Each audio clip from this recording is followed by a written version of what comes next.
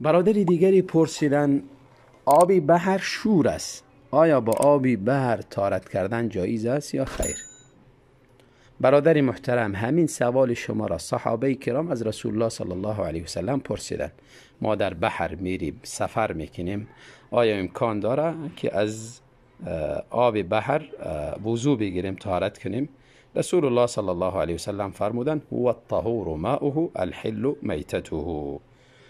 آب بحر پاک است و درست است که انسان با او وضو بگیرد و از او استفاده کند، و همچنان داخل بحر چیزی خودمرده‌ای که است او هم حلال است. یک حکم اضافی را رسول الله صلی الله علیه وسلم برشان بیان کردند. با آب بحر طهارت کردن هم جایز است، درست است. کالا را پاک کردن هم چنان. به هر حاجتی که انسان استفاده میکنه پاک است، درست است که انسان با او وضو بگیرد و خود پاک کند. خواهر محترمه از فرضها و سنتهای وضو پرسیدن. اولا فرضهای وضو در آیه سوره المائده ذکر است.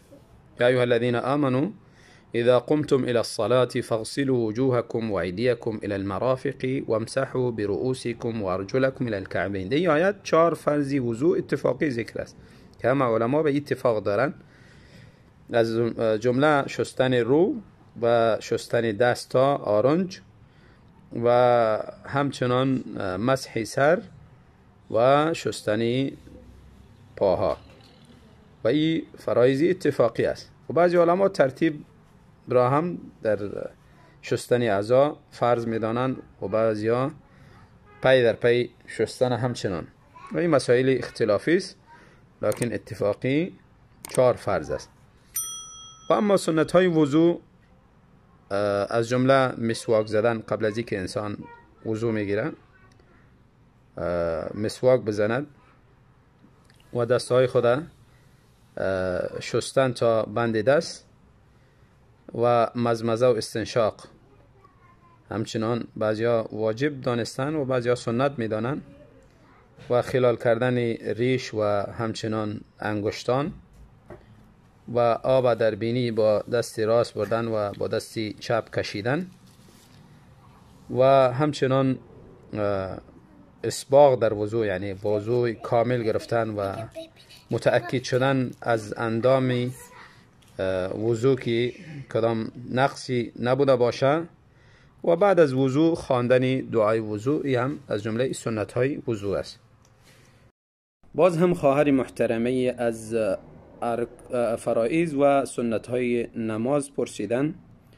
البته یک چیز باید متوجه بوده باشین، فرائض و سنت های نماز نزد مذاهب اهل سنت گاهی فرق میکنه،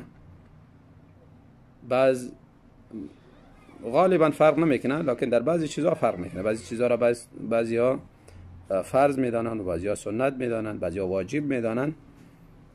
به خاطر وقتی که ما بیان میکنیم، یعنی انسان کسی که مثلا در مذهب حنفی است یا مذاهب دیگر است، تو خطا نشود که چطوری در مذهب ما فرض نیست و ای فرض بیان کرد، و یا در مذهب ما سنت است و ای فرض گفت، یا این که در مذهب ما فرض است سنت بیان کرد. و اختلاف نزد علما است، وجود داره. آنچه که مهم از فرایض است در نماز او را بیان میکنیم. از جمله اول قیام در نماز به کسی که استطاعت داره، و همچنان تکبیر تحریمه در آغاز نماز، خواندن سوره فاتحه، رکوع رفتن، از رکوع بالا شدن و سجده کردن و نشستن در میان دو سجده و تشهد خواندن و نشستن در قعده اخیر و درود بر رسول الله صلی الله علیه وسلم فرستادن در نزد بعض و سلام دادن در آخر نماز، و همچنان اعتدال و اطمینان در تمام افعال و ارکانهای نماز، و همچنان رعایت ترتیب در تمام ارکانهای نماز. این اهم فرایض نماز است. اگر چند در بعضیاش اختلاف است، از جمله اعتدال و بعضی اعمال دیگری. اما سنت های مهم نماز از جمله خواندن دعای استفتاح بعد از تکبیر تحریمه، سبحانك اللهم یا اللهم باعد، یا دعای دیگری، خواندن اعوذ بالله من الشیطان الرجیم بسم الله الرحمن الرحیم قبل از سوره فاتحه و گفتن آمین در آخر سوره فاتحه بعد از خواندن، بلند بوده باشه یا پست. نزد بعضی ها بلند سنت است و نزد بعضی ها پست گفتن. و هنگامی در رکوع رفتن دسته ها را تا شانه بلند کردن، رفع الیدین کردن نزد بعضی علما. و در رکوع سبحان ربی العظیم از یک بار بیشتر خواندن و باز از رکوع بالا میشی، همچنان دسته ها را تا شانه بلند کنی، رفع الیدین از بعضی علما. و هنگام در سجده رفتن دست را ابتدا گذاشتن در نزد بعضی علما و از زانو را ابتدا گذاشتن نزد بعضی علمای دیگری. و در سجده دسته ها را برابر شانه گذاشتن و همچنان خواندن سبحان ربی الاعلی بیشتر از یک بار، گفتن رب اغفر لی در میان دو سجده. در وقت قیام یا نماز دیدن به سجدگاه، جایی که انسان سجده میکنه به اونجا دیدن، نصب کردن پاها، هر دو پا در حالتی سجده که پنجه های پا را به زمین میخلانه و عقب پا را بلند میکنه. در تشهد اخیر به مقعد نشستن، پای چپ به طرف پای راست دراز میکنه و به مقعد می نشیند. و همچنان در تشهد انگشت سبابه را بلند میکنه، گاهی اشاره میکنه و گاهی هم تو بلند میگذاره. و این سنت های مهمی نماز بود. الله تعالی ما را توفیق بده نمازهای ما را اصلاح کنه و موافق سنت رسول الله صلی الله علیه وسلم نمازهای خدا انجام بدهیم. برادری پرسیدن در حالت تنهایی انسان نماز فرضی را اگر پست بخواند امکان داره یا خیر؟ برادری محترم، اصل میست که نمازهای فرضی آنچه که سری است سری خوانده شود، این سنت طریقه، و آنچه که جهری است جهری خوانده شود. اگر گاهی نمازهای جهری را یا فراموشن یا اینکه ترس داره نمیتونه بلند بخونه، در اطرافش مردم است، خجالت میکشه، اگر بلند خوانده نتانست ترک سنت کرده، در نمازش خللی واقع نمیشه و نمازش باطل میشه. لکن سنت بهتره میشه که نماز جهری را جهری خوانده شود، نماز فرضی را نماز جهری را بلند خوانده شود، نماز سری را پس خوانده شود و این سنت هست. اگر گاهی عکس شد باکی نداره و نباید انسان همیشه به این مداوم باشه. اگر سهوا یا اشتباها یا گاهی انسان خجالت میکشه اطرافش مردم بوده باشه، نماز جهرن خوانده نمیتونه، در این وقت باز نمازش میشه. برادری پرسیدن نماز شب چند رکعت است و چگونه خوانده میشود؟ برادری محترم، نماز شب حسب توان و قدرت انسان، چقدری که انسان طاقت داره، 2 رکعت به بالا هر چی که توان داری.